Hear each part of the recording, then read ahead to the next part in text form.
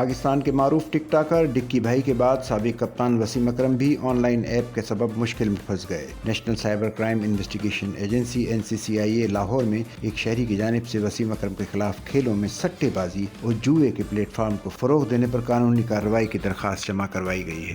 درخواست گزار نے درخواست میں یہ موقف اپنایا کہ سابق ٹیسٹ کپتان وسیم اکرم بھارتی بیٹنگ ایپ سے بطور برانڈ ایمبیسیڈر منسلک ہیں۔ درخواست گزار کا کہنا ہے کہ سوشل میڈیا پر گردش کرنے والے ایک پوسٹر اور ایک ویڈیو کلپ میں وسیم اکرم کو آن لائن پلیٹ فارم کی توثیق کرتے ہوئے دکھایا گیا ہے، جس کے سبب عام صارفین مذکورہ ایپ میں دلچسپی دکھا رہے ہیں۔ سچل نیوز نیٹ ورک کی ویڈیوز میں خوش آمدید۔ ناظرین، ویڈیو سے متعلق اپنی قیمتی رائے کا اظہار کمنٹ باکس میں ضرور کریں اور چینل کو سبسکرائب کریں۔